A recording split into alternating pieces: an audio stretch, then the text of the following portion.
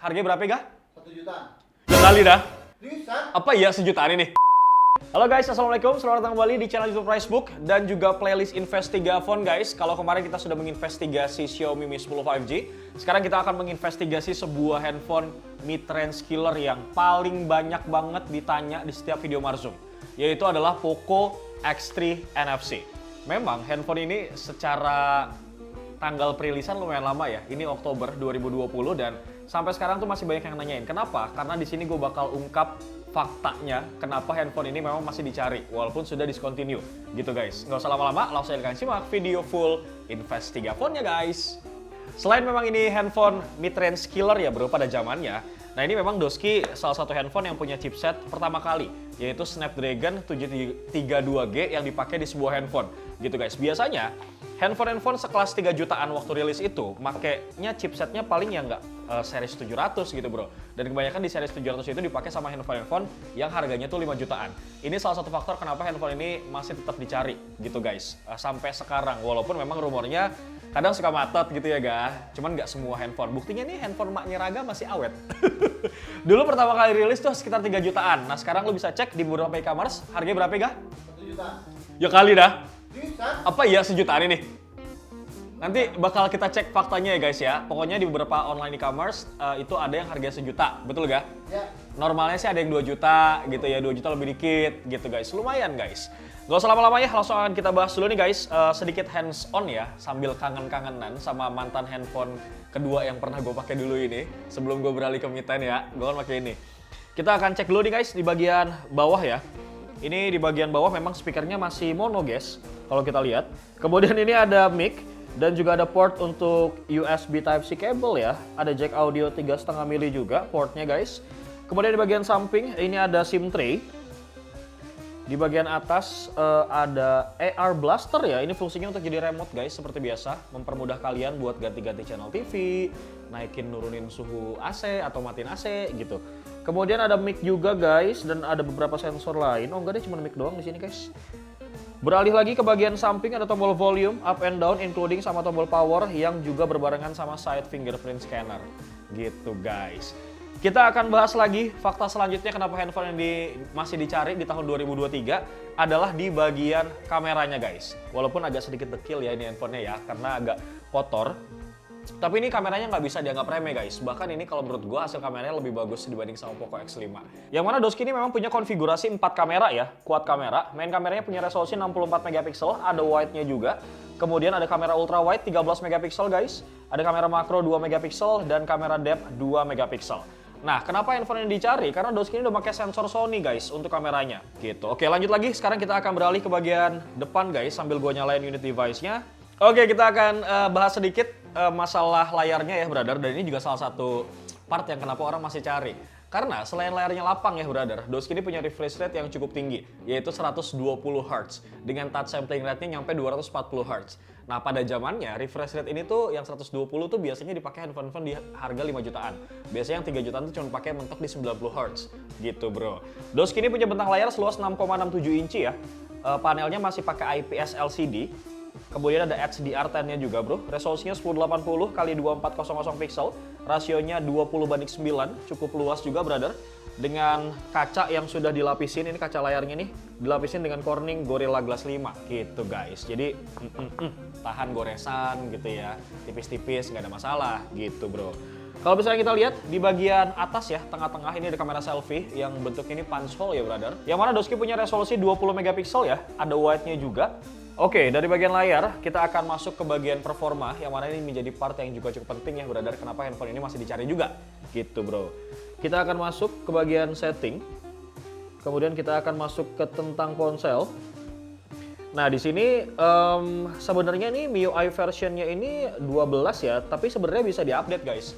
Bahkan bisa dapat MIUI 14. Kemudian untuk ini RAM yang dipakai adalah 8/128 GB ya. Sebenarnya dia keluar dua versi. Yang paling murah itu adalah 6/64 GB. Cuman yang 64 tuh kadang suka kurang, tapi masih bisa di-extend kok pakai micro SD. Gitu guys. Untuk RAM-nya sendiri juga jangan sedih. Oh, Android versi dulu deh kita lihat. Nah, ini Android versinya 10 ya. Terus kemudian kita lihat keseluruhan spesifikasi. Nah, ini RAM-nya 8 ya. seperti yang gue informasikan tadi. Gitu guys. Internal storage-nya 128. CPU-nya octa-core ya. Clock speed-nya sampai 2,30 GHz. Nah, secara performa memang ini nggak bisa dianggap remeh guys. Nanti bakal gue coba tunjukin ke kalian hasil performa dari main Genshin Impact gitu brother. Sambil sebelum itu kita akan coba cek dulu nih skor dari Antutu benchmark-nya. Di tahun 2023 ini kita nggak bisa menganggap remeh juga hasilnya. Karena Doski itu bisa menghasilkan skor di angka 399 ribuan. Memang tidak terlalu outstanding di tahun 2023, tapi di tahun 2020 ini cukup gacor gitu bro pada zamannya ya. Jadi itulah kenapa handphone ini masih tetap dicari walaupun stoknya tuh udah discontinue, udah nggak ada, rare barangnya gitu ya bro. Di TikTok Shop tuh banyak banget loh setiap gue live yang nanyain handphone ini. Gitu guys. Nah ini kalau kita cek ya, untuk kapasitas baterainya sebenarnya ini masih cukup ngelawan di tahun 2023 karena kapasitasnya tuh minimal memang 5000 ya. Nah, ini Doski punya kapasitas yang sedikit lebih besar 5160 mAh dengan pengecasan cepat 33 watt. Nah pada saat kita review 3 tahun lalu ya Kak, kita tuh sempat nge-review juga. Nah faktanya adalah Doski ini bisa terisi dari 0 sampai 42% itu dalam kurun waktu sekitar 30 menit. Gitu guys. Nah kelebihan lain sebenarnya yang dimiliki sama handphone ini adalah yang pertama tuh punya NFC.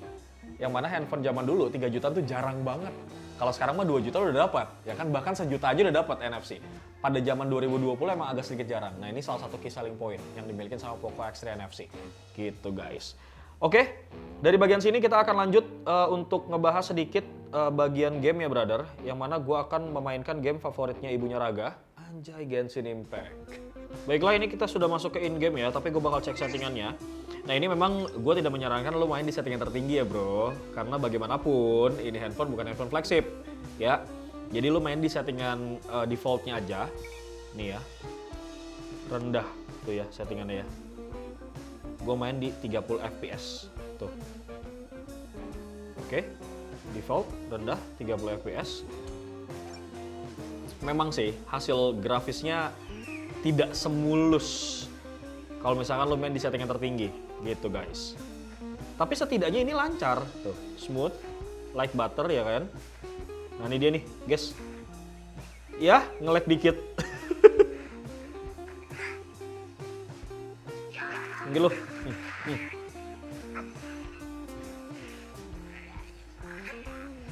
Ayo lo. Mana sih dia?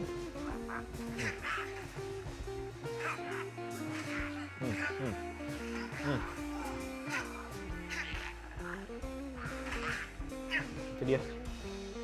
Nggak kena. Mana lu?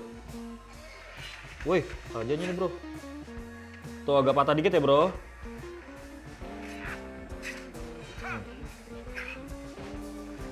Cobain yuk ke settingan tinggi yuk. Coba aja gitu iseng-iseng bro. Terlalu berat. 60 coba. Halo.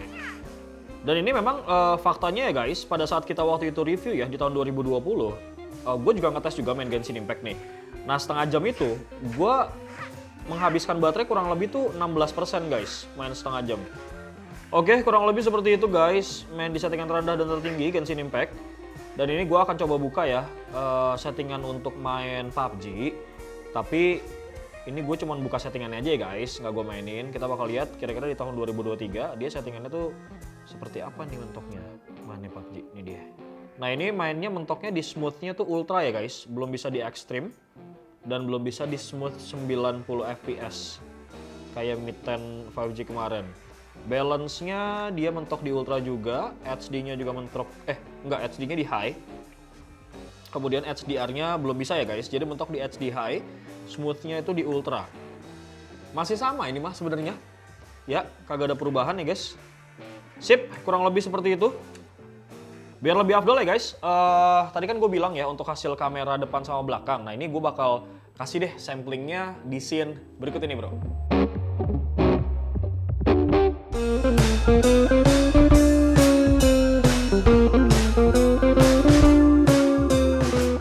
Nah gue bilang apa kan, sebenarnya untuk kamera depan sama belakangnya tuh masih cukup oke menurut gue.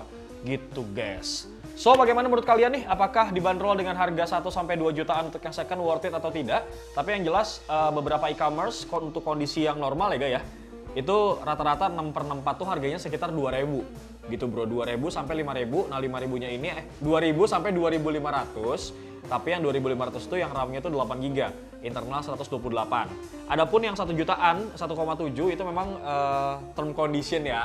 Lu mau nerima atau enggak ya, namanya second, pasti akan ada minus-minusnya gitu guys. Kalau kalian tertarik, kalian bisa cari sendiri ya di beberapa online e-commerce, mau di hijau, mau di oranye gitu ya guys. Tapi yang jelas, gue hanya mengungkapkan fakta kenapa handphone ini memang masih dicari di tahun 2023 gitu guys. Semoga membantu. Sebelum membeli, Bewok pamit. Assalamualaikum.